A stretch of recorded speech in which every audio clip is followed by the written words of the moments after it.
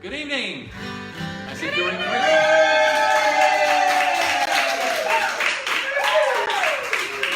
That's if you're in Brisbane. Good morning if you're in the UK. Good morning, UK. Good morning, the UK. Hope you're having a great breakfast. I hope you're having a nice cup of coffee. My name's Jay Turner. This is Catherine Mundy. As you can hear, we have a small but lively audience. A COVID-safe audience, by golly, so aren't we good? And this is the second in the series of 4 concerts that I'm going to do on my Not the UK tour, which was supposed to happen from the 12th of September to the 22nd of October, but is now happening in my front room. Anyway, we'll start off with this one. It's called Maybe Tonight.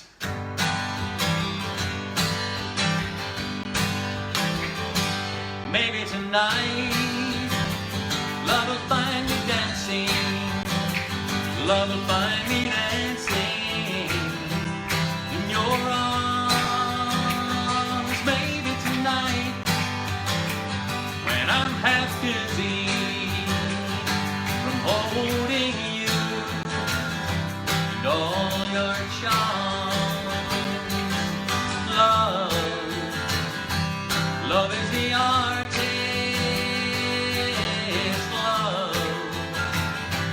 Love is a thief. Lover, if you're a magician, suspend my disbelief. 'Cause I waited so long just to feel like this, and I'm frightened of letting you go. Maybe tonight love will find me dancing. Love will find me dancing in your arms. Maybe tonight, when I'm half dizzy from holding you and all your charms. Love is a weapon.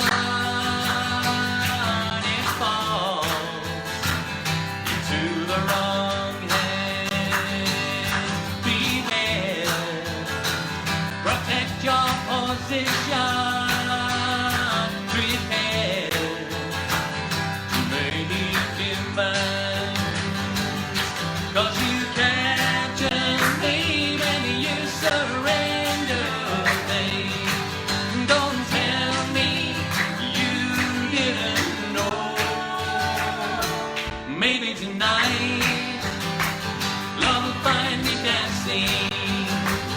Love will find me dancing in your arms. Maybe tonight, when I'm half dizzy, holding you and all your charms. Make me an offer I cannot refuse. Ask me if I'm gonna stay. Well, maybe tonight, love will find me dancing. Love will find me dancing in your arms.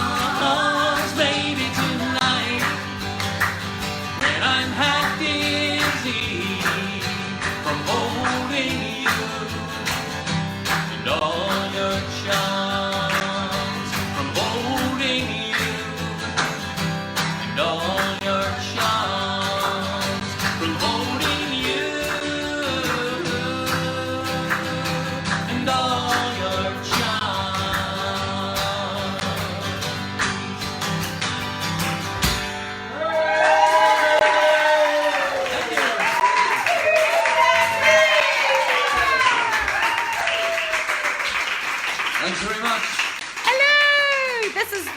my moment to get up close and personal with you. Interactive, aren't we? I'm sorry for being so close, but I need to get here so I can see who's watching and welcome you all. Before I do that, though, I'd like to do an acknowledgement of country.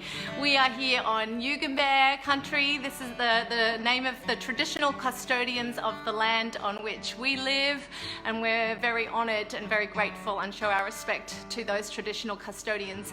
And we also pay our respects to the elders, Indigenous elders and non-Indigenous elders of the past, the present, and those emerging into the future. It's wonderful to be here and great to have you watching. Hello to Kay Morris, Alan Burge, Brian Turner, Jan Breeze, yay! Barbara Glanville, Heather Watton, Hayley Falu, who says, hey guys, love the lighting. Yes, we got some new lighting. Brian Turner says, good morning from Chesterfield, Derbyshire. Yay. Helen Forbes says, yay, Jay and Golden Cath. I'm Golden Cath. Lauren says, I love this. Hi, Lauren, down in Victoria in Melbourne. Hey. Elsa, hello, Elsa. How are you? Nick Hall and Alyssa Morn. Hello, Nick. Hello, Alyssa. Oh, thank you, Craig. Craig also down in the Dandenongs in Victoria. Hello to you, darling. Dory Krebs, hi Jay and Kath, sounding amazing. Thank you, Dory. Stephen Hart and Simon Oliver. Stephen, I think you're a cousin of mine, aren't you? I think you're my dad's second cousin, I think. Hello to you. And Simon Oliver over in the UK. Hi. Karen Moody. Oh, hi, Karen. Tim Linford. Hello, Tim. And Simon saying, hi guys, great to have you here. If you haven't yet donated to this concert is just by donation, so if you can afford to donate to the concert, we'd be really, really grateful. There's an Eventbrite link in our event section of this page, and I'm going to post it in the comment section a bit later as well. And hello to Marianne. Marianne's my yoga friend, our yoga friend.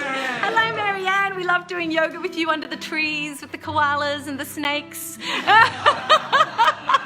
It's really wild where we do yoga. We do wild yoga. All right, back over to Jay. Enjoy the concert. Thanks very much. Movements in Architecture was my second album, the third album that I recorded at Sound Services Studios down in Broad Oak in Herefordshire. The first one was Billy Bucket. The first one was Billy Bucket. The second one, Passion Roulette, which we did a couple of weeks ago, and this was the third one. So, in actual fact, I was quite clever because there's this whole syndrome called the elusive second album.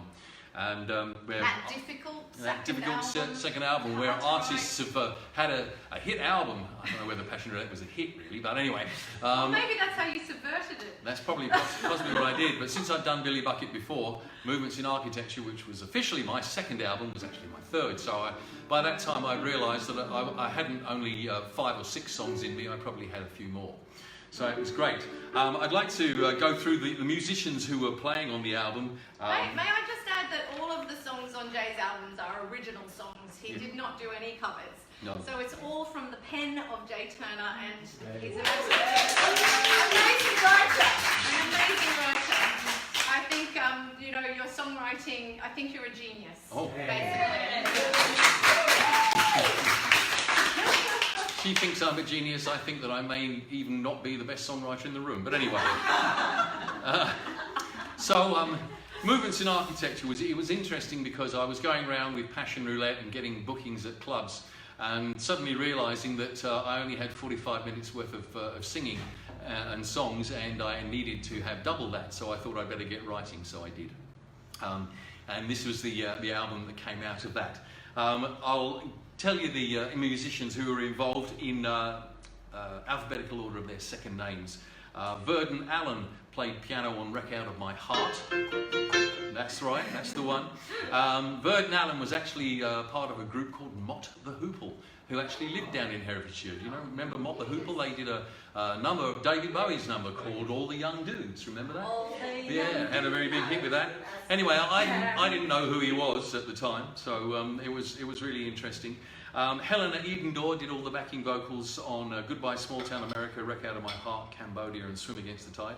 Michael Gregory did the percussion on Movements in Architecture, Don't Give Me Romance and Swim Against the Tide.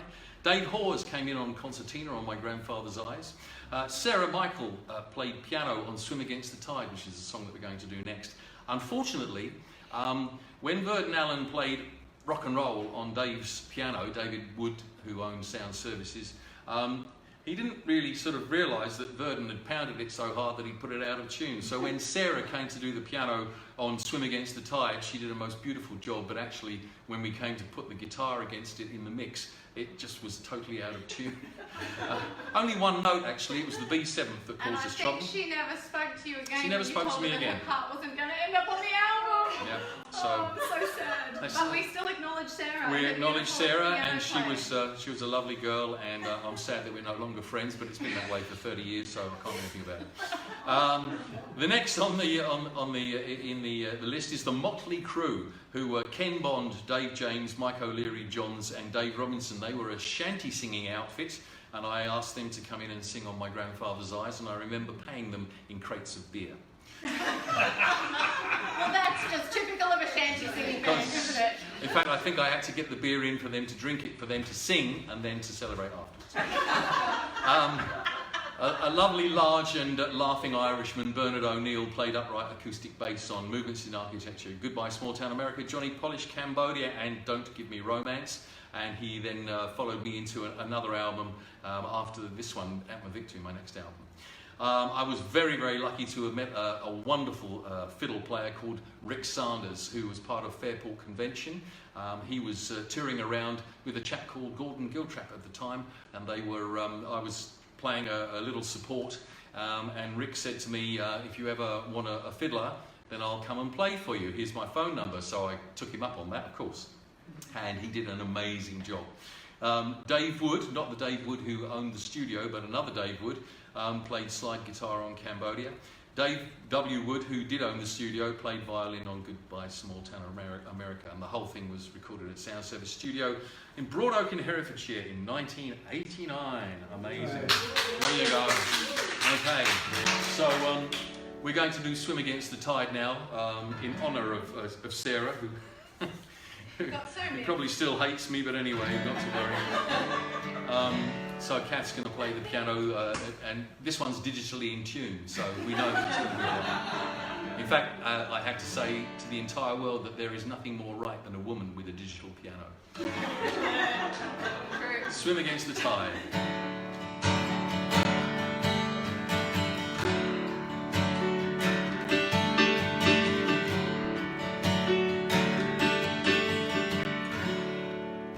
So here we are again, meeting after so long. You with all your fascination,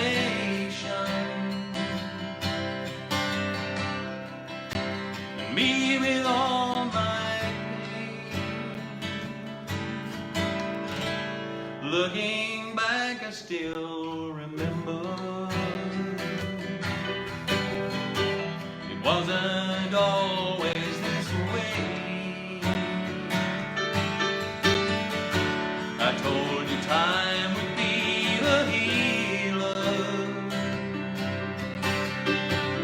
Wasn't I just a hopeless case? 'Cause I can't swim against the tide.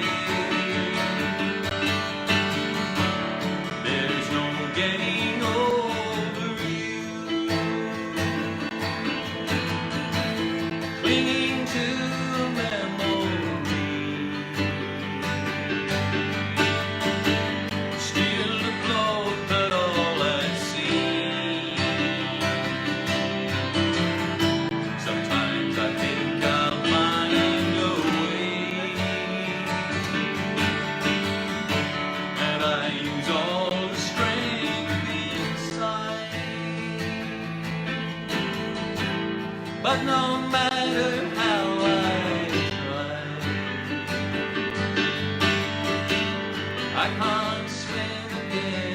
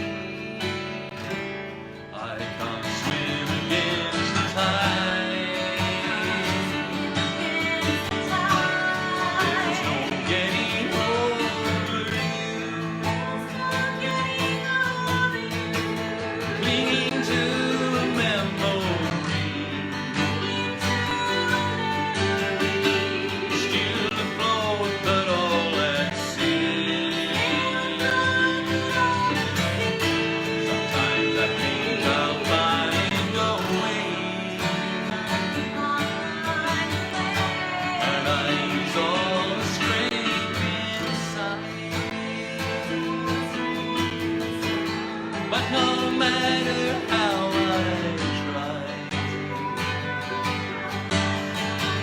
I can't swim against the tide. I can't swim against the tide. I can't stand against the rain. I can't fly against the wind. So why should I pretend I've gone all around the world? There's nowhere I haven't been. Every road I've traveled down leads me back to you again. I guess it's time to leave, don't worry. I won't cause you delay. I know you've so much to attend to. What I'd give to hear you say, I can't swim against the tide.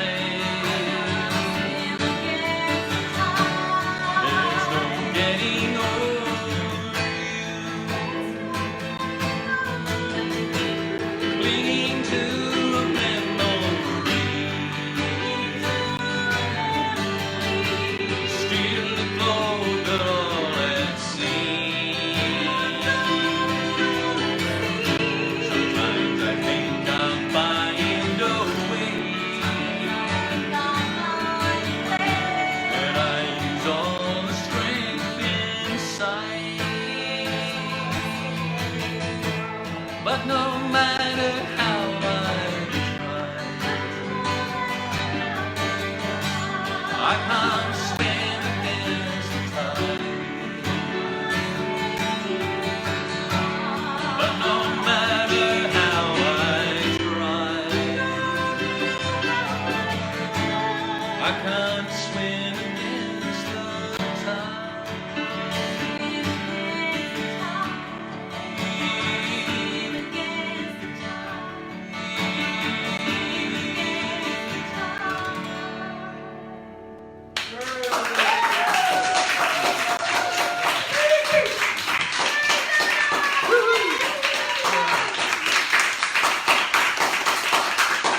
Thank you. Thanks very much. I designed that one so that everybody could sing along with it, but then when it came to it, you couldn't actually sing along to it unless you knew the second part. So that was a... But I heard you, Paul, picking up on that. Yeah, Paul picked it up. It's really good. Okay, all right. Well, we'll Who move. else have we got watching? Have we got anyone new who's here? I saw Karen Bear come up on the screen. Oh, I Karen. can see that with my glasses on, but I don't want to keep them on because they pinch my nose. Hello to Stevie Geegan in the UK. Hi, Stevie. Hey, Stevie. Great to see you here. Stevie sang on Atma Victu, my next album. Oh, did Yes, she? she did. Well done, Stevie. Mark Lee is here. Hello, Mark. Nick says it's sounding wonderful. Karen is here. I didn't expect you to come, Karen. It's great to see you. Oh, Tammy. Hello, Tammy. I just accidentally pressed something that would bring you on camera. I don't know what I'm doing here. Hello to Tammy. Sorry. Nikki Atkins is here. Nakina. Hey, Nakina. And Nikki is saying something lovely. One of my faves, but really, how can you pick a fave? There are just too many awesome songs. Nikki, that's very kind of you. You're a great fan. And Tim Linford is saying, it's taken me back to the years I followed some of the concerts and festivals. Fairport, always a highlight. Rick Sanders, at the height of his powers. Yeah, Absolutely. Oh my gosh. Absolutely. Helena Mialo is watching. Hello, Helena. Welcome to you. And I've posted that link to the Eventbrite page where you can make a donation to the concert. Oh, and Alyssa is here with Amber, her little step-granddaughter. Step-granddaughter, I think that's what you call it. And Barbara Glanville, hello. And Annie Reid in Stonehaven in Scotland. Good morning to you. It's good to have little Amber watching. Alyssa, say hi to Amber from us. Hey, Amber. And Barbara's saying, your concert is brightening up a very rainy day in Northumberland, England.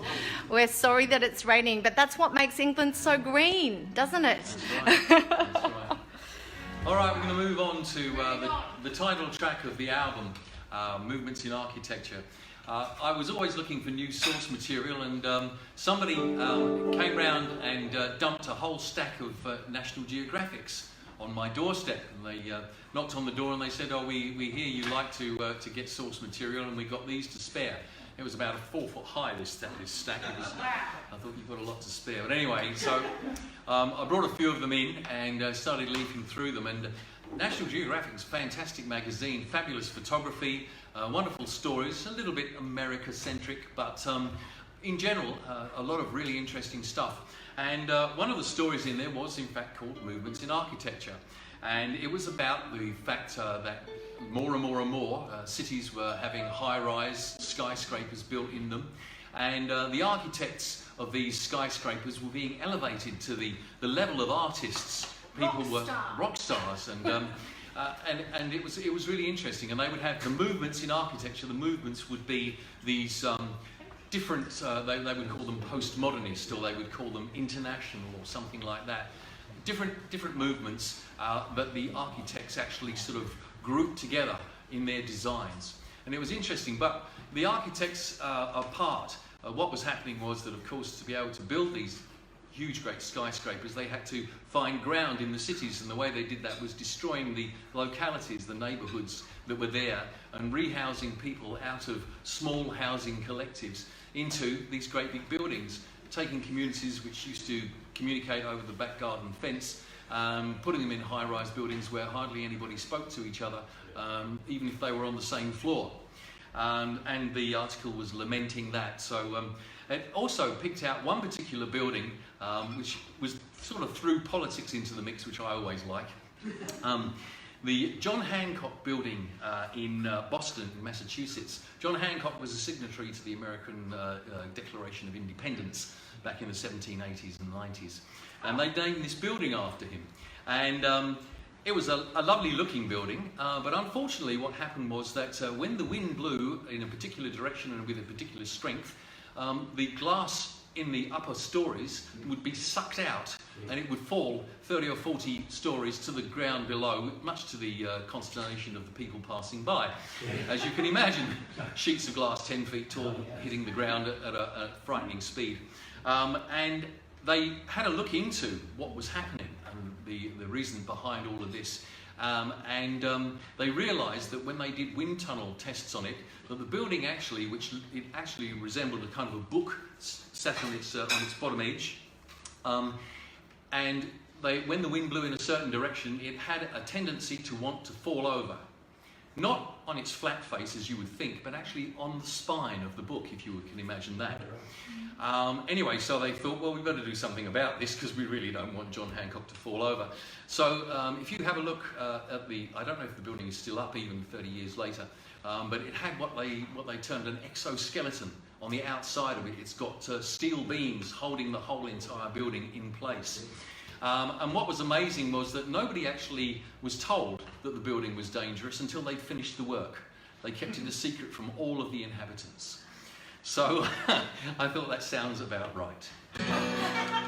So this was the track that Rick Sanders came and played on, and he walked into the studio, and I said to him, Rick, I've got this song, and I hear your violin playing on it. He said, oh, play it to me, man, play it to me. He's very cool, is Rick. He's so cool, Rick. He's very cool. And so I played it through to him, and he went, yeah, man, yeah. No, play it again. I said, shall we record? He said, if you want, he said, but yeah, just I'll go through and see if you like what I'm going to do. So I went, okay, so we played through it, and I nearly dropped the guitar because it was just like, oh my God, this is amazing. So playing away. Anyway, so I went right the way through it, and I looked at Dave in the control room, and he went, got it. And I went, wow, Rick, I mean, that was unbelievable. And he went, oh no, man, I can do better than that. And he did it the next take, and that was it. He was out of the studio in 2 takes. It was just amazing. And just so. Pity me! I cannot play like Rick Sanders. I am not a jazz virtuoso. But I love what Rick did, and I've actually never attempted to play it until a few days ago. So I'm shitting myself. This This is what I do to my musicians. I drop them in the deep end from a giddy height. So here we go. Movements in architecture.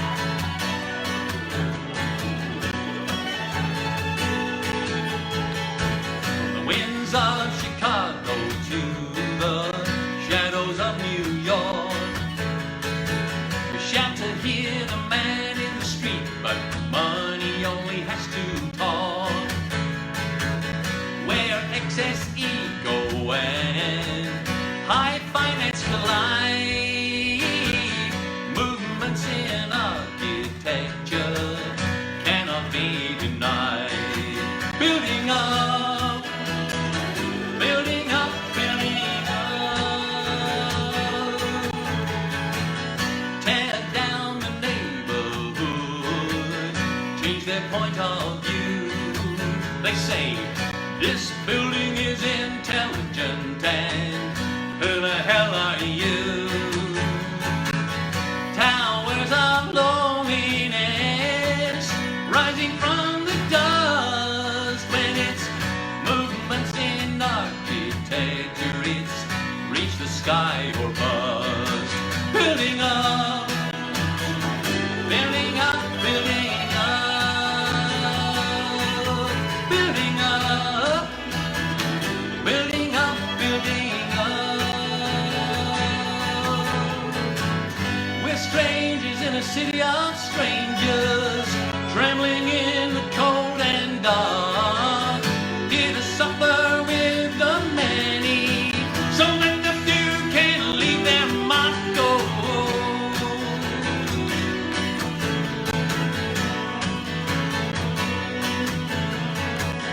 John Hancock was falling over in Boston, nobody knew. He dropped his pretty glasses on the pavement every time the cold wind blew. They propped him up in the nick of time when the secret was exposed. They said it's movements in architecture, and that's just the way it goes. Building up, building up, building up, building up, building up, building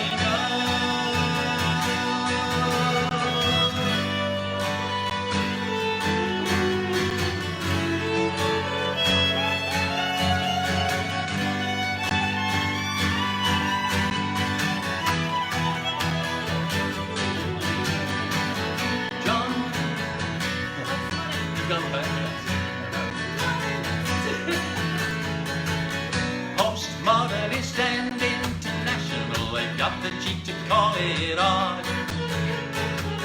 Tall and sleek and chic and fashionable, a sissy without a heart. Down in the street a man shakes his fist at the distant skies above. He shouts, movements in architecture, enough is enough is enough. Building up, building up, building up, building up, building up, building up, building up, building up, building up, building up, building up, building up.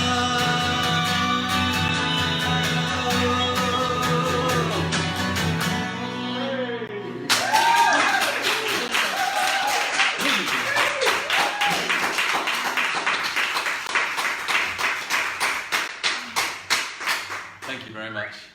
Rick's got longer hair than you as well. And you. And me. Everybody's got longer hair than me. I saw that Even back then. a couple of people are joined in, and I just wanted to welcome. I think going back. Laurel is here. Laurel Sandylands from just down the road. It's good to have you. Phil Beer from Stephen Phil in Germany. Show of hands. Great to have you. Wow. Oh, and my my cousin's husband, Colin, in Melbourne. Hello, Colin. Who else have we got? Nikki says, I think we are all... so Hayley and Nikki are having another conversation. She's saying, Hayley and Nikki are both wheelchair dancers. They do ballroom wheelie dancing. And Hayley's saying, can I just say I'm really missing performing? Nikki says, I think we all are, Hales, ha ha ha, but I'm sure we'll be back at it soon enough. And Stevie Geegan is saying, hi, Jay and Kath. Yes, definitely, you really are brightening up a very rainy day here in Dorset, southern England. That means it's raining for 300 miles.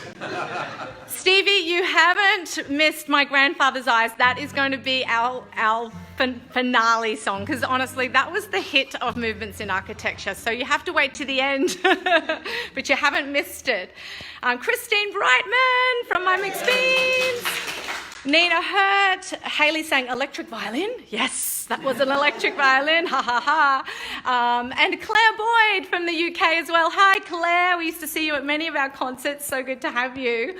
Carl from just down the corner. Carl and his lovely wife, Betty.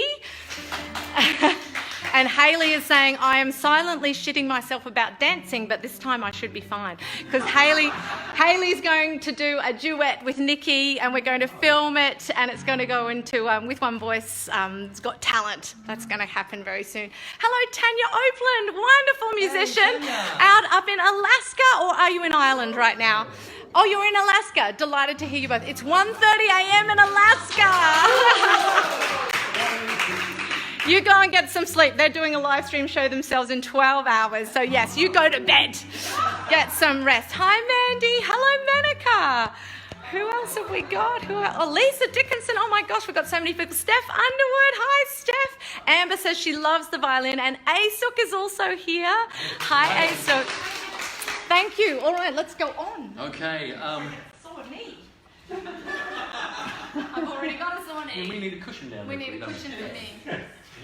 You're like the altar of the iPhone. As I gradually started to ply my trade, I always wanted to give people access to the songs that I was writing, and sometimes, although the songs were poetic, lyrical, it concerned me that they didn't necessarily give the full picture of what I was writing about. So I always used to try and tell a little bit of a story before the songs, and gradually it came to my attention that actually people like the stories as much as they like the songs, because I would sometimes go out and do a festival where really you haven't got time to tell stories, and people would come up to me afterwards and said, you know, what a great set, fantastic, you didn't tell any stories, you didn't tell the story about such and such. And I said, well, you know, it's not time. They're looking forward to the story as much as the song. song. I was looking forward to the story. Next time, do the story. So, well, you know, what can I do? Anyway, so this one has a story to it. All of them do, but this one... Can you make it shorter? Oh, I don't know. That's what they used to say at Cropredy. Hey, that's right, isn't it? Phil and Steve, they'd go, get on with it. Anyway. Okay, this is called Don't Give Me Romance. In a life before Catherine, and everything was BC, before Catherine, back in the early, middle 1980s, I suppose, I had a partner back then, and she had a best friend. And the best friend was a very pretty blonde girl who came from a working class Yorkshire stock, but she had upper middle class pretensions. Aspirations, you could say. Well, she pretended, but then she wanted to be able to, you know, be part of the upper middle class. And as long as it didn't involve any kind of effort on her behalf, then that seemed to be okay. Anyway, she never seemed to have any money because she was always borrowing money off of us. And but anyway, we just sort of didn't think about that very much. I just thought, yeah, I know what she is. She's a gold digger. But anyway, my partner of the time sort of said I was just a sourpuss, so I just used to keep quiet. Anyway, this girl, she was so pretty. We would go out. Let's say this girl would have a new boyfriend. She was a serial monogamist. You know, one of the first ones I ever met. I would go out with my partner. She would come with a boy, and a bloke would come up to the table and ask her out whilst she's with another bloke. You know, she was that attractive, and I just sort of, you know, we would sit there with our mouths open and sometimes she'd sort of go, okay, leave me your number. Anyway, it was just flabbergasting. Anyway, I remember one evening we were going out in a group of about 9 or 10 of us going out to a restaurant. And Candice said, oh, I'll come along. And I thought, oh, that's interesting, because she's never got any money. So how's she going to pay for a restaurant meal? So anyway, we got to the restaurant and... I have an idea. You have an idea. So we got to the restaurant, and we're all sort of sitting there looking at the menu cards. And Candice pipes up, I think we should all share the bill together. And everybody went, yeah, okay, that's no problem. So whilst everybody else ordered their beef burgers and fish and chips, she ordered lobster thermidor, which she decided she ought to wash down with a very expensive Chardonnay and finish off with a tiramisu. Anyway, so we kind of went, oh yeah, okay. Halfway through her tiramisu, a bloke came up to the table, and he was a very nice young man, very good looking, very well presented, and just very nice. He said, look, I'm terribly sorry to interrupt. He said, I can see you're having a great time with your friends. He said this to her, not me. Because I didn't have blonde hair and blue eyes. Anyway, so he said, I'm sorry to interrupt. He said, but look, I've just seen you from across the room, and I find you absolutely beautiful. Is there any chance that after you've been finished with your friends here, you might come out with me to a West End club, something like that? And she said, oh, yeah, maybe. She said, how would we get there? And he pointed outside, and through the window we saw his Porsche sitting on double yellow lines. He said, I can't wait too long. So she said, that's all right, we'll go now. So she left her tiramisu, and as she headed out the door, she turned around and went, next time, guys, which was Candice speak for, see you later, suckers. Anyway, we didn't see her very much after that, except for one occasion, when she turned up with Dave, the bloke, who had he proposed to her. She had a diamond ring on her finger, which was not the Kohinoor diamond, but she needed help to lift her hand. It was one of those sort of things. And he'd been taking her out to all these romantic places. Finally, took her to Venice for a long weekend after a candlelit ride in a gondola. He got to the Bridge of Sighs, taken her up there, got down on his knees, proposed to her at the Bridge of Sighs, and she, of course, said yes. Of course she would. Anyway, so all very romantic and lovely. We didn't see them again then for a little while, and then I was driving through Fulham one day, and I saw Dave sitting outside a cafe, and I thought, oh, I haven't seen him for ages. He was such a nice bloke, I'll go and talk to him. So I stopped the car, got out, and I went over. I said, Dave, do you remember Jay? Remember me? And he went, oh, yeah. I said, how you doing? He said, oh, not so good, actually. I said, what's the problem, mate? And he said, well, Candice and I have split up. I said, but you were engaged. He said, that's right. Gave her my grandmother's, used to be my grandmother's engagement rings, it was 50 years old, he said, and all the rest of it. He said, I thought that she was into love, but she turns out she's only into romance. I said, oh, right. He said, look, she left me a note. Left him a note. And it listed all of his shortcomings and failures. And at the end of it, she said, we're over, and don't look for me. I'm going away on a condolence cruise. And I said, a condolence cruise? I said, cruises are really expensive. I said, Candice has never got any money. How does she afford that? He said, oh, she's got money now. She sold the ring. Oh. And I sort of thought to myself, what is this guy going to do for his next relationship? And this is what came to me. It's called Don't Give Me Romance.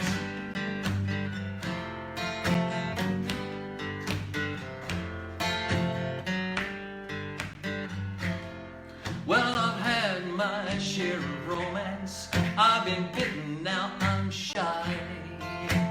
In the search for honesty, a starving man could die. It's not that I can't handle it, it's just that I got wise to moonlit assignations and kisses on the Bridge of Sighs. I'm not begging for forgiveness, it's far too late for that. Let's just try to strike a balance before this drives me mad. Don't give me romance, just give me love.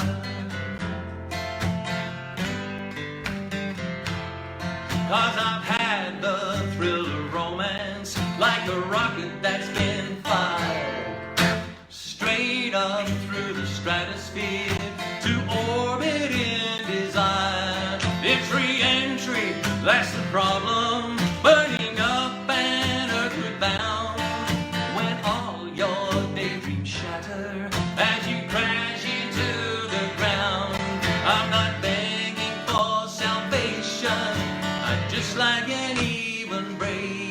from this crazy pounding feeling that it's all one big mistake. Don't give me romance. Just give me love. If it's all the same to you, I'll find better things to do than to cry, cry, cry, cry, cry. It's been my discovery that it's healthier for me to let infatuations pass me by.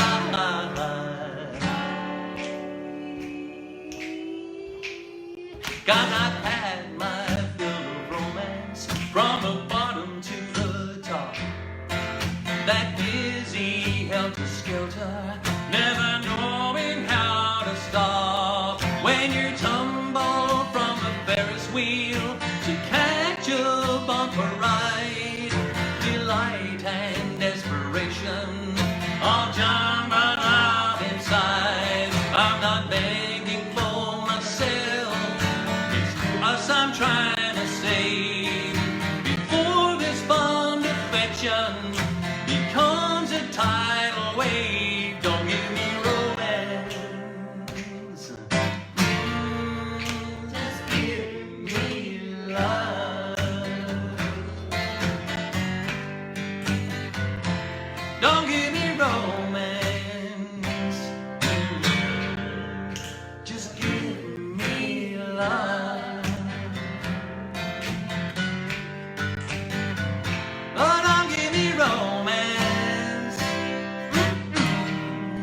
Just give me love. Don't give me romance. Just give me love. Don't give me romance. Just give me love. Don't give me romance. Just give me love.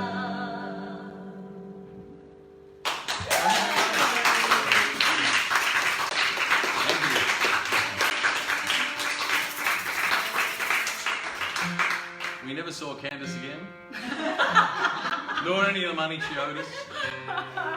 The lobster thermidor was on you. It was on me, definitely. They said, well, she's your friend. Not my friend, mate. Anyway, not to worry.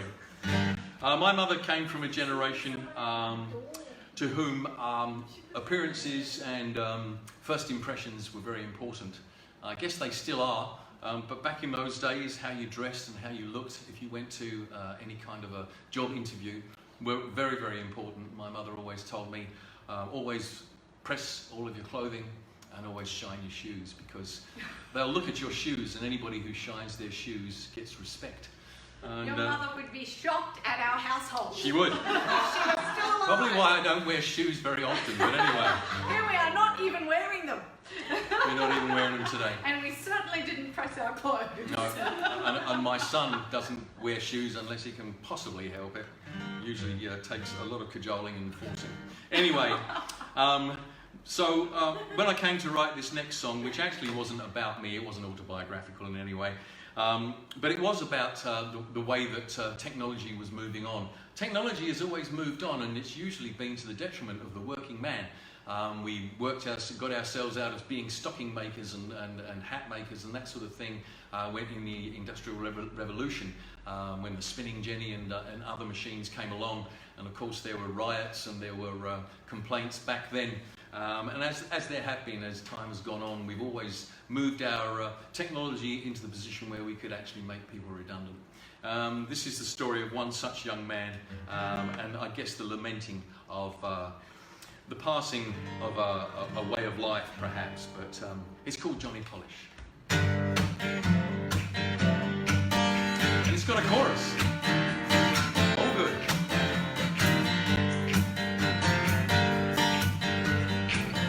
Johnny and his mom were poor but proud, she said. Anything you don't get by the sweat of your brow ain't worth having. Son, that's what you'll find. worked hard every day at school. He wasn't too bright, but he was nobody's fool. When he failed a test, she knew he'd done his best, so she didn't mind.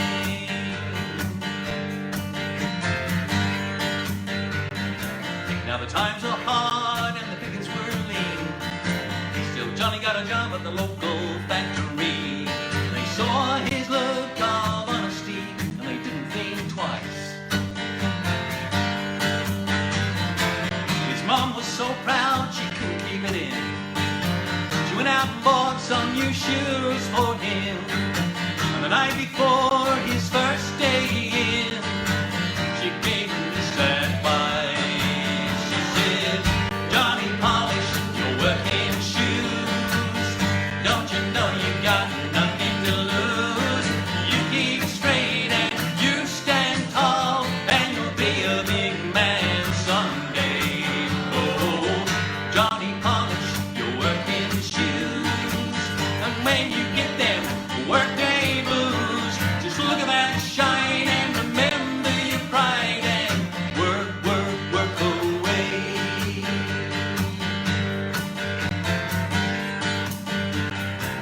When the other guys would fool around, Johnny would smile but he'd keep his head down. An honest day's work for an honest day's pay. Pretty soon they promoted him. The boss shook his hand and he grinned him a grin. The shop floor girls would wink at him, and sometimes one of them would say, she'd say, Johnny, polish your working shoes. Don't you know you got nothing to lose? You keep straight and you stand tall, and you'll be a big man someday. Oh, Johnny, polish your working shoes. And when you get them workday blues, just look at that shine and remember your pride and work, work, work away. Work, work, work away. Then one day a man came to look, with a silver stopwatch and a little black book. He asked Johnny questions, questions all day long. Johnny replied in innocence, even told him how they could save a few pence. Well, the man smiled and thanked him. When Johnny looked around, he was gone. 6 months on, he got redundancy. They gave his job to a fast machine. Slammed the door on his future and threw away the key. Now Johnny walks the welfare line, and it don't matter if his shoes don't shine, but he's still got his pride and his honesty. Well, tell me, one more can a good man need? Oh, Johnny, polish your working shoes. Don't you know you got nothing to lose? You keep straight and you stand tall, and you'll be a big man someday. Oh, Johnny, polish your working shoes. And when you get them workday blues, just look at that shine and remember your pride and work, work, work away. Oh, Johnny, polish your working shoes. Don't you know you got nothing to lose? You keep straight and you stand tall, and you'll be a big man someday.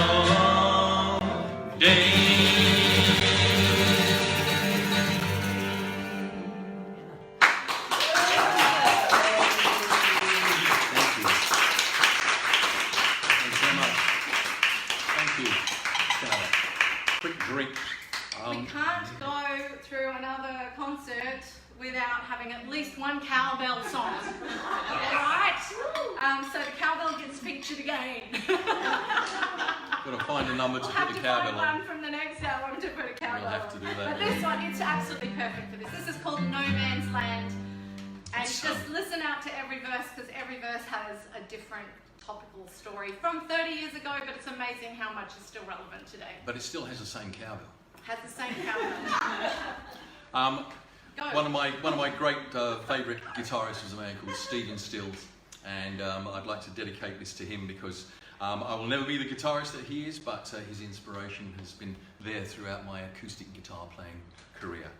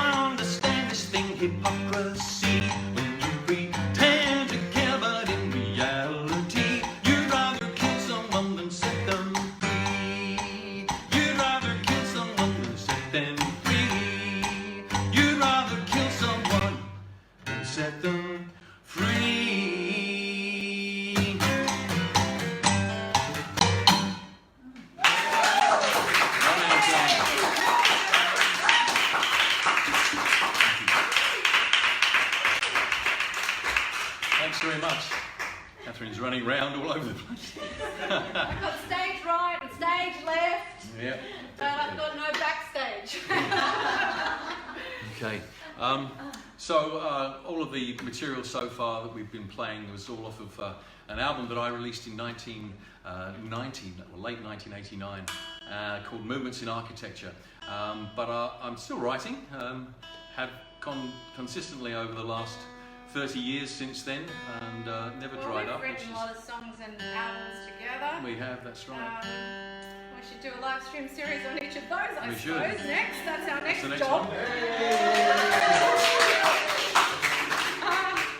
But there's been a number of new songs that are as yet unreleased, and because we don't tour anymore, they've really unperformed as well. So this is an opportunity for us to expose a few of our more recent songs, and this is one that I've been listening to Jake playing around the house for a few months, but I'd never actually worked on it with him until yesterday. So I just... So it's fresh off the... It's fresh. It's very fresh for me, particularly because I made up this violin part yesterday, and it's still really being made up. I'm making it up on the spot. Yeah. It doesn't throw me off at all. We'll just see what happens, won't we? Not only a world premiere, but a debut from Catherine. And actually, because she only picked up the electric violin a couple of days ago, because it's just been hanging on our wall for years I and used to use years. it for gigs all the Yeah, we time, used to but I use it haven't ages used it ago. for maybe 8 years now, maybe more. It More, I was think. incredibly out of tune, hanging Yeah. on the wall. Yeah. So, So I dusted it off, and actually, it sounds really nice. Actually, beautiful. it's gorgeous, isn't it? It's good, it's good. Yeah, I think plug it into the effects unit and it's quite nice. If you live in Australia, there are things that become apparent to you. The weather here is really in your face, and it's a country of extremes. If you were a farmer, well, my God, I mean, it's a even more risky job than being a musician, and that's saying something.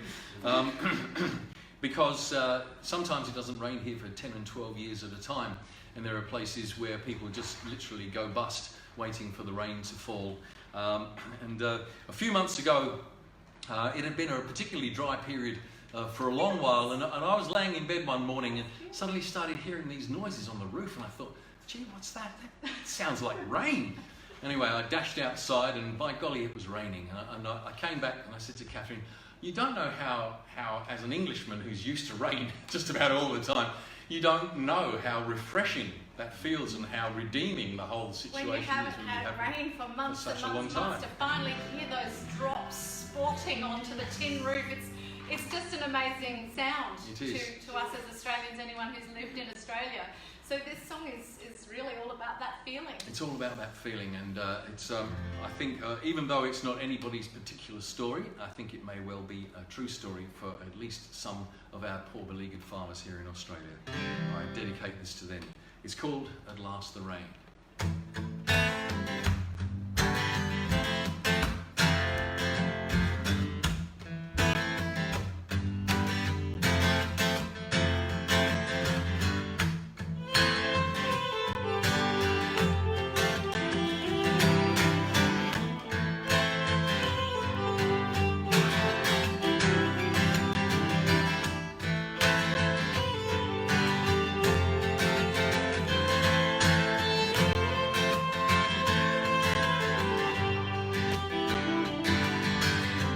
In a land where the weather is considered conversation, he woke up this morning to hear it on the roof. Threw on some clothes and hardly daring to believe it, ran outside to verify the truth. At last the rain, at last the rain. Sweet salvation has come calling. It feels like years since it's been falling. At last the rain, at last the rain, at last the rain, at last the rain. The dams and the reservoirs all desperately depleted. Crops and the cattle decimated by the dry. He sees the gum leaves clinging grimly in defiance, turn their thirsty faces to the sky. At last the rain, at last the rain. Sweet salvation has come calling. It feels like years since it's been falling. At last the rain, at last the rain, at last the rain, at last the rain. Government subsidies and sheer determination have helped him struggle through somehow. This time the drought has brought him so close to surrender. But now, maybe now, maybe now, back inside the house again, he strides into the office, shuffles all the unpaid bills into a neater stack. The bank has called again, hinting at foreclosure. I guess it's time now to call them back. But lost the rain, and lost the rain. Sweet salvation has come calling. It feels like years since it's been falling. I've lost the rain, and lost the rain, and lost the rain, and lost the rain. Sweet salvation has come calling. It feels like years since it's been falling. Lost the rain, lost the rain, lost the rain, lost the rain.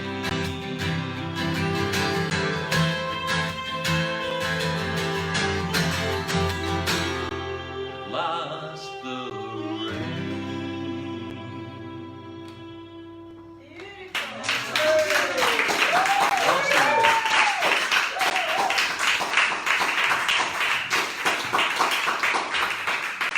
Thanks very much indeed. You all know the feeling. You live here in Australia. You know the feeling. Okay, I was always fairly well known for doing political songs, not only love Songs of songs. social justice. Songs of social justice, let's say. And of course, if you live anywhere in Australia, you can't be ignorant of the fact that the First Nations people of this country are living in a very parlous state, have been virtually since the inception of white settlement here. And something came to my notice when we were, I think we were on a climate march or something like that, and a young Aboriginal man from the Northern Territory got up and spoke, and he spoke very eloquently about the death in custody of a young Northern Territory man, Kumanjayi Walker, who had been on parole and had violated his parole. So a couple of Northern Territory policemen were sent to bring him in, and according to the way things look, one of them stood outside his house brandishing a rifle, and the other one went indoors and decided that he would tackle this man on his own, a 19-year-old man who apparently, according to the police, had a history of violence. So why did one man go in there on his own? I don't know. Anyway, Zachary Rolfe, who went into the house, shot Kumanjayi 3 times at close range and killed him. He shot him in the chest. That was in November of last year. Australia has a long history of deaths in custody for Aboriginal people. And in fact, things got to such a bad state back in 1991 that there was a Royal Commission audit. And the Royal Commission found that there were at least 128 major changes in process that the police should be doing to help to stop this hideous carnage. To date, 30 years later, not one of them has been put into place. Since then, more than 440 Aboriginal people have died in custody. So I was looking it up just a couple of weeks ago. Rolfe's defence team, that's the policeman who shot young Kumanjayi, Rolfe's defence team asked for the case to be dismissed, saying that there is not one single piece of evidence that the prosecution have produced in this case that suggests that Zachary Rolfe did anything other than comply with the very training the Northern Territory Police gave him. To date, there is no outcome, nor even a date set for trial. We dedicate this to the Black Lives Matter movement and the Indigenous Lives Matter movement, and we call for an end to Indigenous deaths in custody. Yay!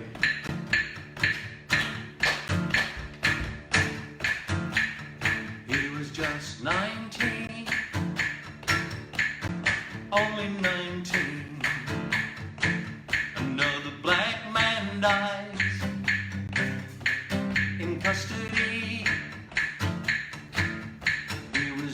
19, only 19. Another black man dies, and the killers walk free. He was just 19, only 19. How much of a threat could one teenager be? Still they shot him through the chest, didn't bother with the taser. Another black man dies, and the killers walk free. And I say shame on the force that trained them. I say shame on the authorities. I say shame on the system that protects them. When a black man dies, and the killers walk free. The Royal Commission back in 91 said big changes needed to come. Since then, more than 400 gone. So tell me, what have you done? It was just 19, only 19. Another black man dies in custody. If you wear a uniform, sometimes you get away with murder. When a black man dies, and the killers walk free. And I say shame on the force that trained them. I say shame on the authorities. I say shame on the system that protects them. When a black man dies, and the killers walk free.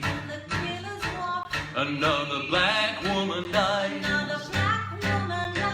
in custody. Another black child dies, and the killers walk free.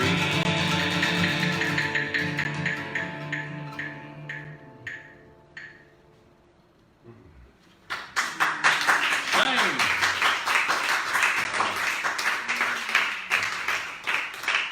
Okay. This one is another one of your National Geographic No, numbers. not the National Geographic. So we're back to movements in architecture. Back to movements in architecture. But a few people have joined us since then, so I do Okay. want to make sure they feel welcome. Acknowledge the joiners. In your face again. I can see right up your nose. I know. I hope I haven't got a booger. You clipped up there. Hello to Emily Chan. Hi, Emily. And hello to Indy, Hayley's guinea pig. And Joe Boyle. Hello, Joe. And Joe loves our lights. Barbara Sadler in Germany. Hi, Barbara. Nadia and Ali Rasuli Matin from the deep north side of Brisbane. Indy didn't like the cowbell. Sorry, Indy. Not sure about the cowbell. I was playing it sensitively. I did try. There is such a word as can be applied to a cowbell. A sensitive cowbell. Yes, I think I played it sensitively. Julie Jules. Hello, Julie. That's great to have you. 1990, says Emily. I was the ripe old age of 3. Don't rub it in, Emily. And Hayley, were you even born yet, says Emily. Jay was only 3 too, you know, he was a child genius. And hello to Cheryl, Mandy's stepmom. Cheryl down in Melbourne, good to have you. And Stevie Geegan is saying, despite our complaining about the rain here in England, we are very blessed. Peter Snell, late to the party. Sorry, you're excused. I want to see your late note though, Peter. And Tim Linford Undeterred says the electric fiddle is placing us back to the era of Rick Sanders, and Cath is playing it well. Cath is playing it great. Thank you. I know I'm not Rick. I'm so sorry that I'm not Rick. I wish I was Rick. And Kathy with the harmonising. Oh, you love the harmonising that I'm doing. Yes, thank you. Powerful song, Shame. Thank you. So Shame will be on the next album. Tim says he thought the cowbell was great. Thank you. Oh, and Lauren has more cowbell. Patrick is here with Lauren. Hello, Patrick Hill. Haven't met you in person yet, but it's great to have you here tonight. Oh, Patrick says he's loving it. He's loving it. It's great to have you. Oh, and Faye Bradford is here. And Alyssa says, Nina and the other dogs are asleep listening. Amber said, yes, you did have a booger. Thank you for telling me, Amber. Have I got a booger?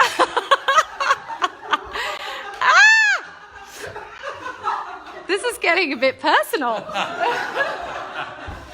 So I suppose another one from National Geographic. Although this one really came about, I was reading them at the time and getting all these stories happening. But this came about because I went down to Hereford, near where we were living, and I'd gone there to get a toy for a relative's child.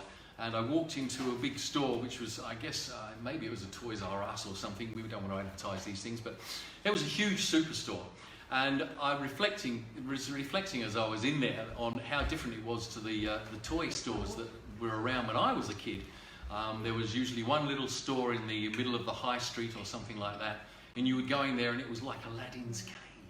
It would be dark and there'd be things hanging from the ceiling, aeroplanes and boats, and it was just an amazing place to go.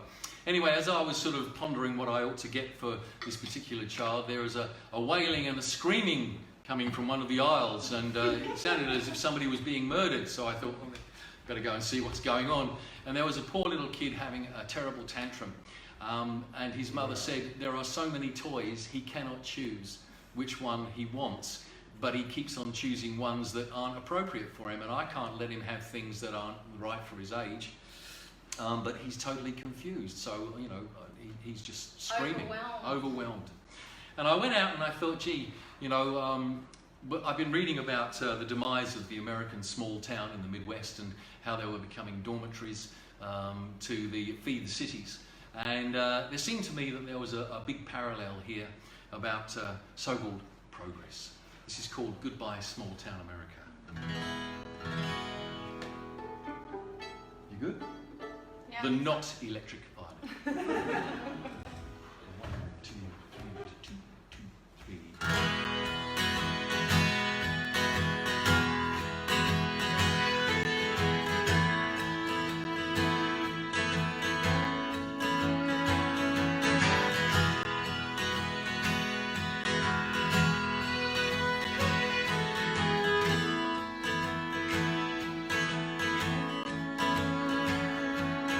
I read a story just the other day. It said small town America is fading away, and the superstore and the hardback road are stealing simplicity by the lorry load. And how the poor dirt farmers took to their heels to die in the factories and the rolling mills,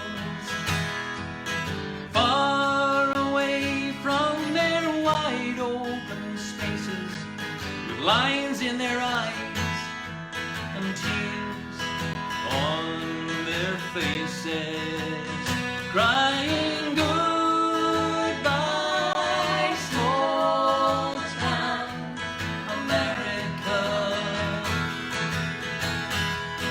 Crying goodbye, small town America.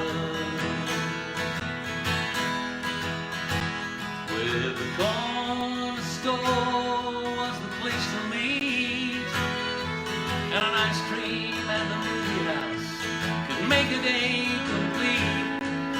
And old men on benches would set the world aright through ragged discussions from noon until night. For they knew who they were and they knew where they stood. They held on to each other through the bad times and good, but their lives were changing more than they knew. Those horse-drawn days were only passing through, crying goodbye, small town America, crying goodbye, small town America. Some folks don't miss the gossip. Some folks don't miss the dust. But some folks spin in the turmoil they're in, 'cause they don't know who to turn to trust. And nobody meets at the corner store. It's the corner store. He doesn't live there anymore. And the ghosts of the old men still sit in the park, holding soft conversations on the wind in the dark, while a small town cries for the children it lost to the big city pavements and the tenement blocks, where innocence dies in the youngest of hearts, and simplicity goes begging down at the supermarket, crying goodbye, small town America, crying goodbye, small town America, crying goodbye, small town America, crying goodbye, small town America.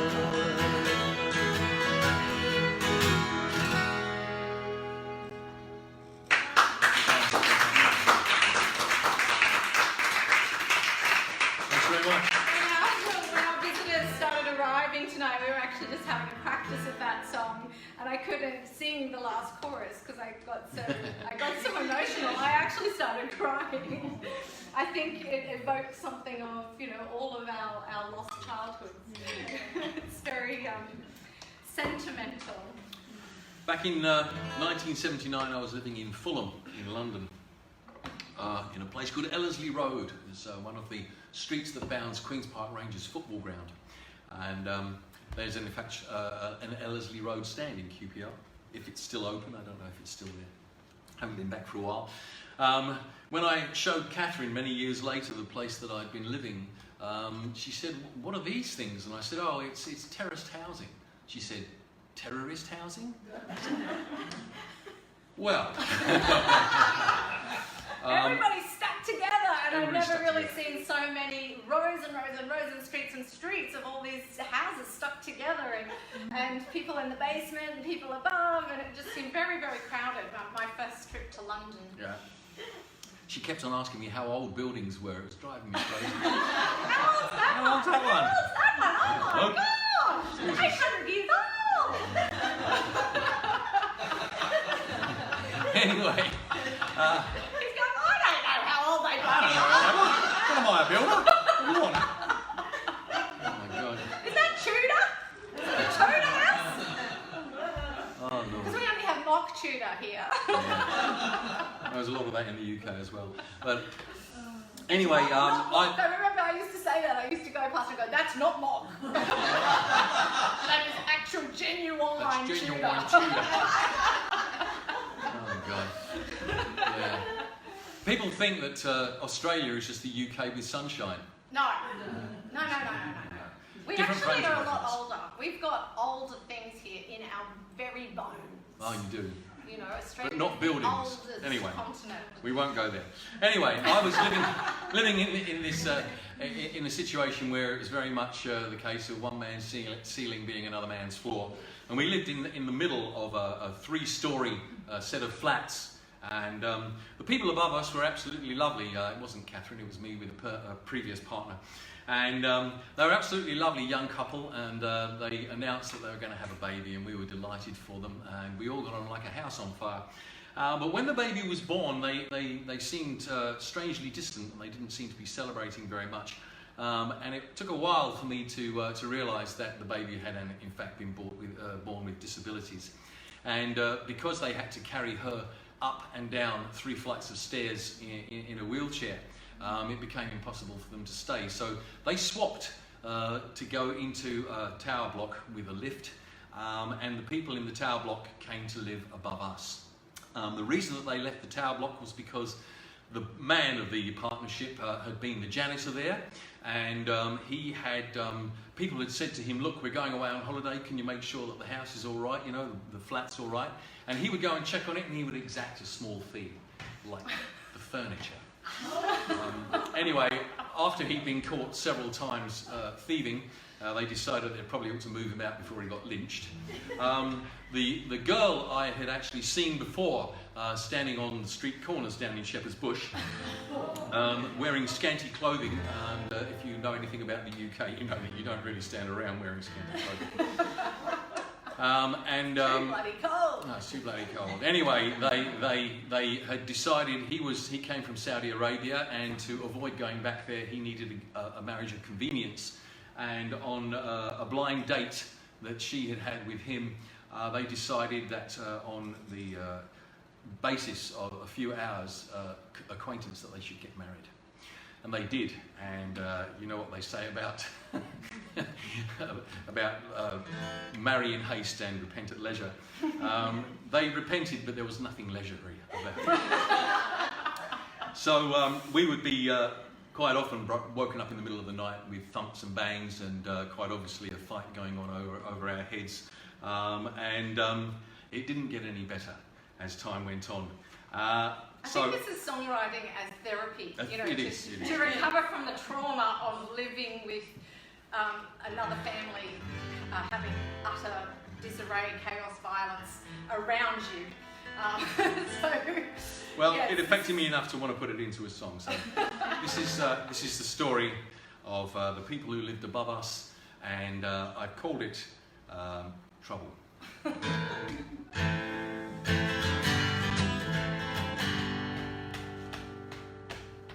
She was an uptown gutter, he was a downtown fence.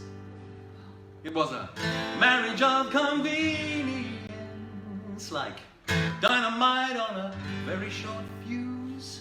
One little spark and there's nothing left to lose. It was trouble. Oh yeah, it was trouble. It was trouble. Oh yeah, it was trouble. A piercing scream would split the night and leave your poor heart pounding. It's another bloody fight. And 7 pairs of boots would thunder up the stairs, and they take him out in cuffs while he curses and swears. It was trouble. Oh yeah, it was trouble. It was trouble. Oh yeah, it was trouble. Trouble in the family, trouble in the street. You can feel the tension, you can feel the heat. Trouble and strife in the first degree. It was trouble, trouble, trouble in the family. Well, he would get out the very next day, and everybody thought that he bore her away. But she stood her ground, bluffed his call, and hit him with a fire that she ripped from the wall. It was trouble. Oh yeah, it was trouble. It was trouble. Oh yeah, it was trouble.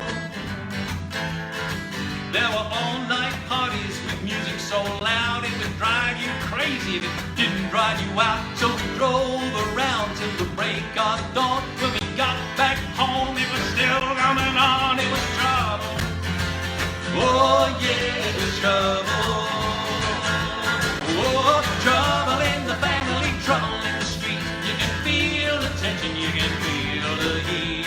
Trouble and strife in the first degree. It was trouble, trouble, trouble in the family. And then came the good times. Little baby made three. It was all they needed to make their lives complete.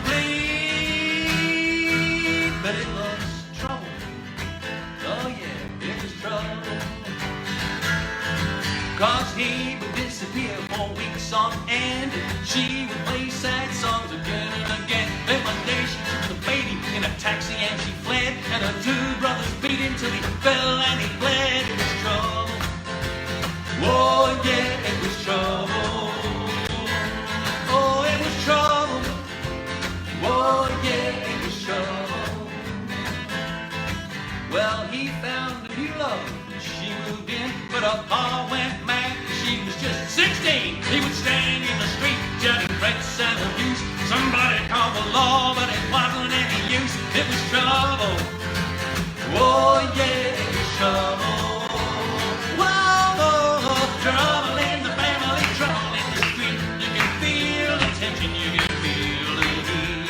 Trouble and strife in the first degree. It was trouble, trouble, trouble in the family. Well, sometimes I look back, sometimes I wonder how we ever kept from going under. Living downstairs from misery on wheels. If you want to know what hell is, I can tell you what it feels. It was trouble. Oh yeah, it was trouble. Whoa, no, no, trouble in the family, trouble in the street. You can feel the tension, you can feel the heat. Trouble and strife in the first degree. It was trouble, trouble, trouble. It was trouble, trouble, trouble. It was trouble, trouble, trouble in the family. Here we go. Trouble.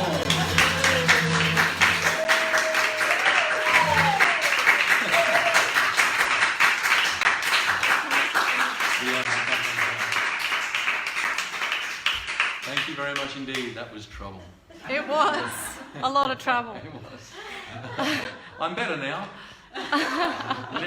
Now that I don't have anybody within 200 yards of me either side. Hello to Merv Smith. Hi, Merv. I don't think I know you, Merv, but it's great to have you. I don't think we call them crows. Oh gosh, I've missed a few comments here. It's not up your nose. I think People get fixated on things. I think we'll move on. Look, I would love to continue on, but it's come to the time when we must finish this concert. I cannot finish the concert without mentioning one man who made a large number of things possible for me, and to whom I owe a debt of gratitude, and that's a man called Paul Richards. Paul allowed me to do a little floor spot at his folk club in Radstock near Bath in the UK when Rick Sanders and Gordon Giltrap were there, and that started a relationship for me. Paul then said to me, look, I put on the Bath Theatre Royal performance of the Fairport tour.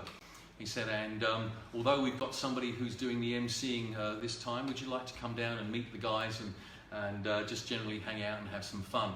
And so I went down, and Rick remembered playing on the album and introduced me to the rest of Fairport Convention. And by golly, by the next year I was doing the support on their 31-date winter tour. And this particular album, Movements in Architecture, Paul had said to me at that first meeting, he said, you know, if I give you a gig, can you do 2 sets? And I said, yeah, I've written a whole load more material, and so I've got plenty of material. He said, oh, are you going to put out another album? And I said, yeah, I will. He said, what are you going to put it out on? And I said, oh, well, cassette, you know, that's what we did in those days, replicating cassettes. And he said, well, there's this new thing called CDs. Why don't you put it out on a CD, cutting edge? And I said, oh, Paul, you know, I don't have the money for that. He said, look, I've had a bit of a windfall. How about I pay for it? I said, you don't know me, and I don't know whether I could ever pay you back. And he said, oh, yeah, I've got faith in you. So we struck a bargain. He could pay for the album as long as he kept it at his house, and I went to him and bought copies of it when I needed them. That lasted about 6 weeks because it was in the way. He had 5 children and it was stuck in the hall and they kept falling over it. So he made me have it. Anyway, he paid out £2,000 something, which is a lot of money back there in 1990. And then I went on the Fairport tour, and I'd sold a good few copies one way and another, and it was a steady income. But when I went on the Fairport tour, this next song that I'm going to play you kind of became the hit of the tour. And by the third concert, he came to see me. Actually, he was at his gig, the Theatre Royal in Bath, and he came into the dressing room, which was a very bohemian thing. It had kind of drapes everywhere, and the ceiling had a big tent, and it was amazing. Oh, that's nice. That makes a change from room cupboards. From the room cupboards.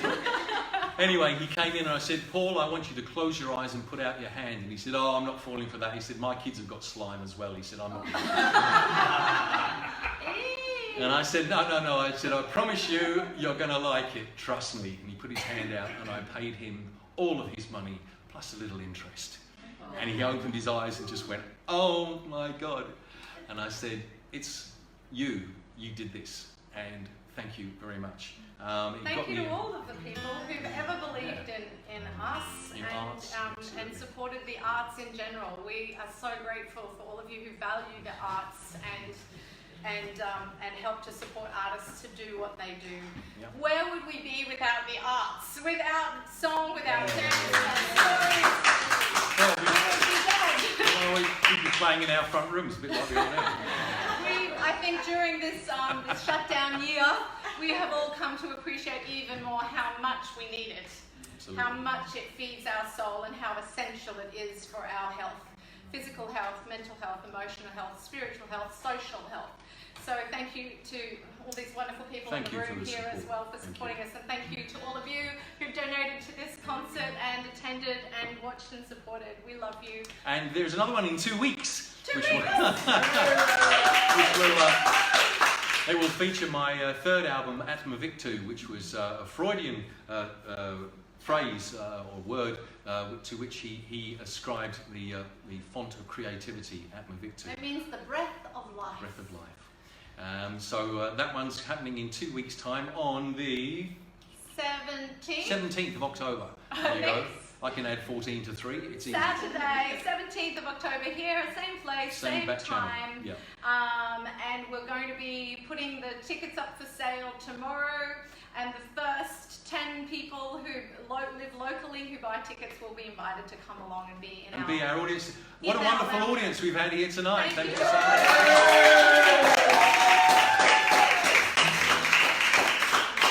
Okay. We'll finish off with this one. When I was a kid, I lived with my grandparents. My mother and father had split up. And whenever I was being difficult to get off to sleep, my mother would come in and say, look, you've got to go to sleep, otherwise there'll be trouble. And I'd say, oh, yes, Mum, trouble.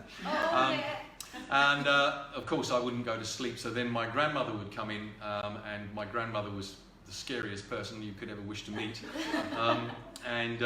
My grandfather was frightened of her, and he'd been a Marine. So anyway, she would come in and be very stern with me, but the ultimate, of course, was sending in Grandad. If Grandad had to come to the fray, then I was in real deep trouble. And what they thought he was doing was being very stern with me and sitting there, making sure that I went off to sleep like a good boy. When in actual fact, he was telling me some of the most bloodthirsty stories you've ever heard. Because he had been in the Navy since he was 7 years of age, and had been part of 5 major conflicts, survived them all, thank goodness. And he had some tales to tell about the Russian Revolution, about taking ships across the south of Tierra del Fuego when they couldn't get round because of the storms. And of course, the earthquake in San Francisco. The earthquake in San Francisco, where he was on a ship in the harbour when it happened. And so, of course, I think he's probably firmly to blame for my love of a far horizon and a large yarn. But anyway, this one is basically, he died back in 1978, and I wanted to write something that would kind of give an idea of the man and the times that he lived through, times that we'll never see again, I think. This earned me a lot of great friends, lifelong friends. Thanks very much. It's called My Grandfather's Eyes.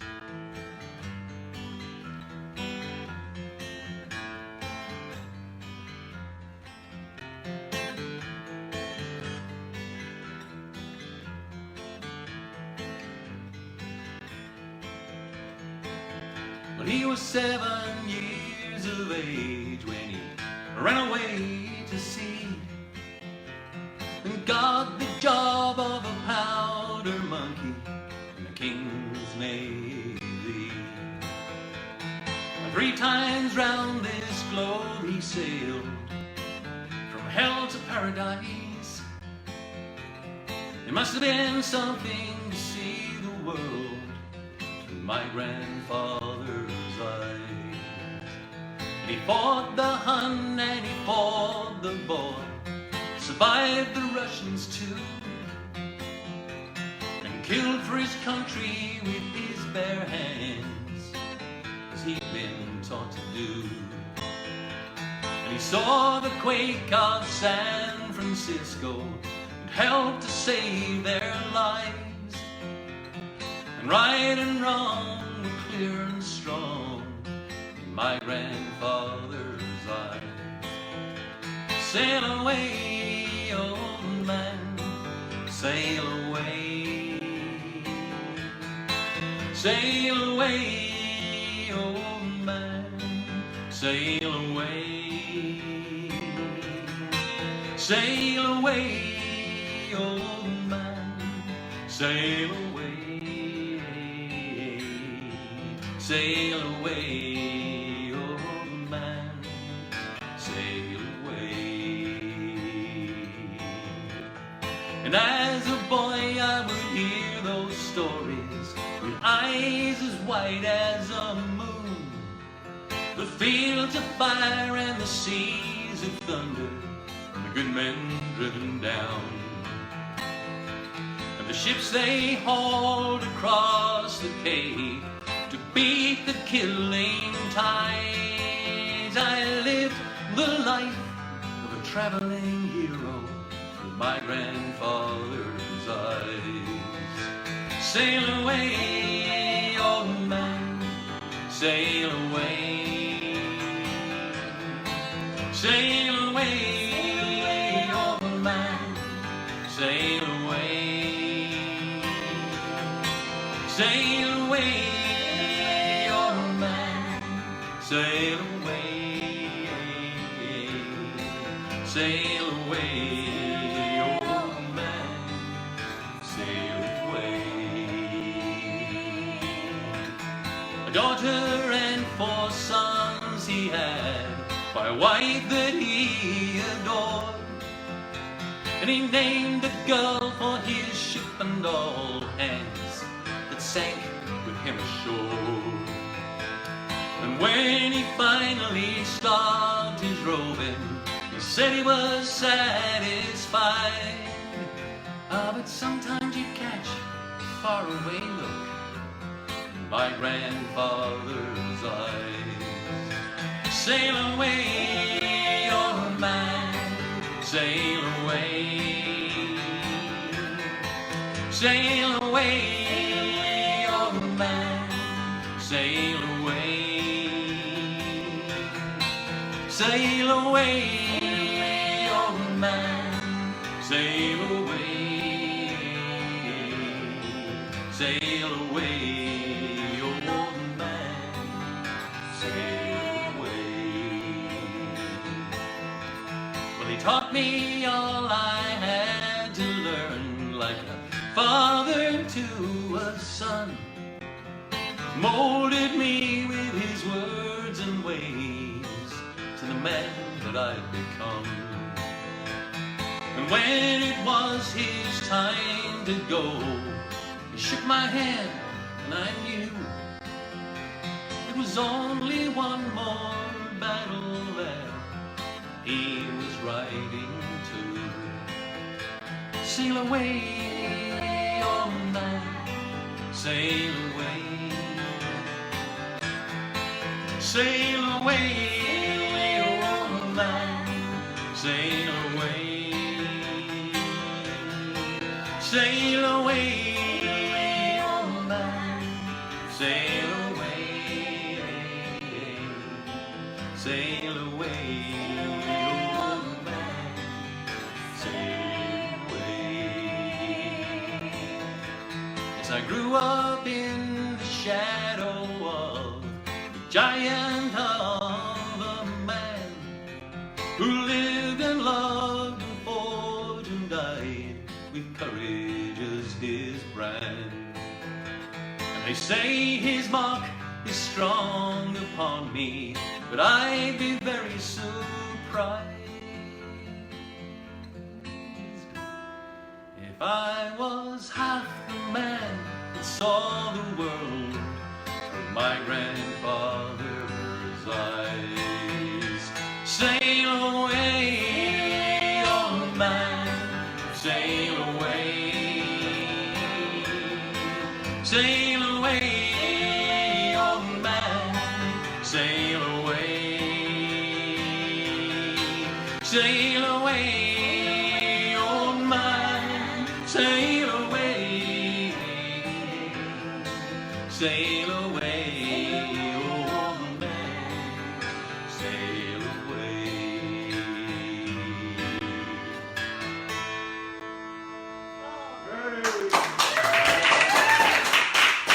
Thank you very much.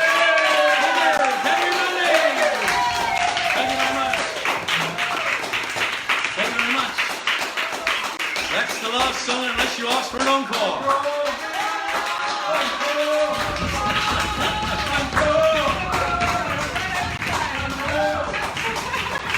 Oh, you twisted our arm. You twisted my arm. Another one, just a quick one. Just a Here we quick go. one. And I'd like to dedicate this to Lauren down in Melbourne. Lauren was the leading lady in our productions of Billy Bucket 2013 and 2018. We love you, Lauren. and Great we're- job, she did a bit too. We're missing you. We love her and miss her. So this one's for you and for anybody else who's involved. It wasn't written for the musical originally. Vernon Allen did play it, and on the album, if you listen to it, he basically was in a hurry and he left the studio playing the last notes of the song. He went and off he went. Or So did you do this? I can't remember. Depends on which way he was going. But anyway, this is called Wreck Out of My Heart. Thank you very much for coming. Thank you for joining us. Thank you. 2 weeks' time, October the 17th at Invictu. This is called Wreck Out of My Heart.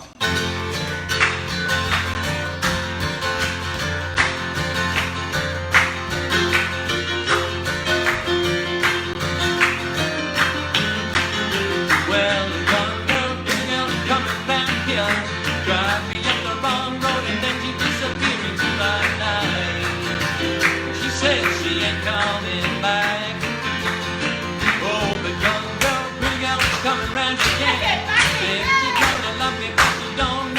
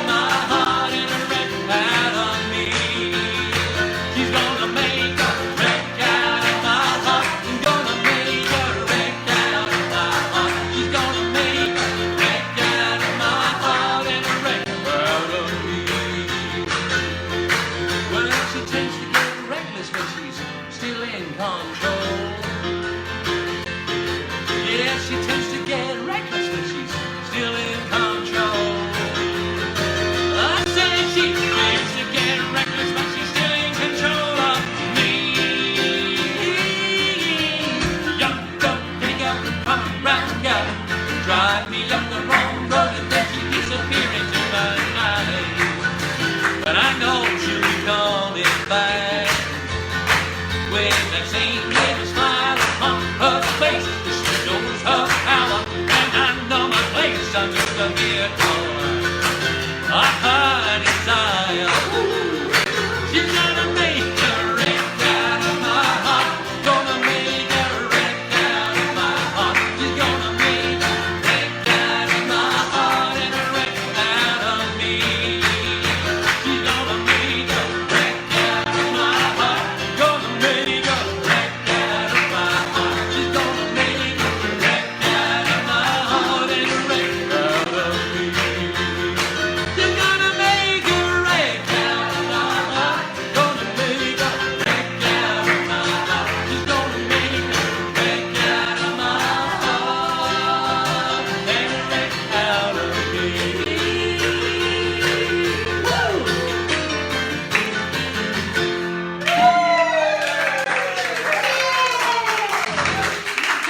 Thanks very much indeed.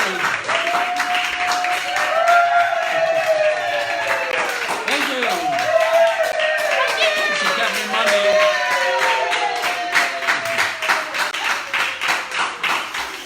See you in a fortnight. And don't forget, also all the albums are downstreamable now on your favourite downstreamer. So yes, you can get Movements in Architecture Spotify. as a digital download or a stream, so look it up. There is another Jay Turner we found out that Jay seems to have been confused with, another musician called Jay Turner. But he's a reggae artist and He's black. reggae. So if you look up Jay Turner, Movements in Architecture, you should find the right Jay Turner. Or Thank if you you like so reggae, much. buy one of these. Why not? Support the arts. Why not? Good night, everybody. Good night, everyone. Good afternoon.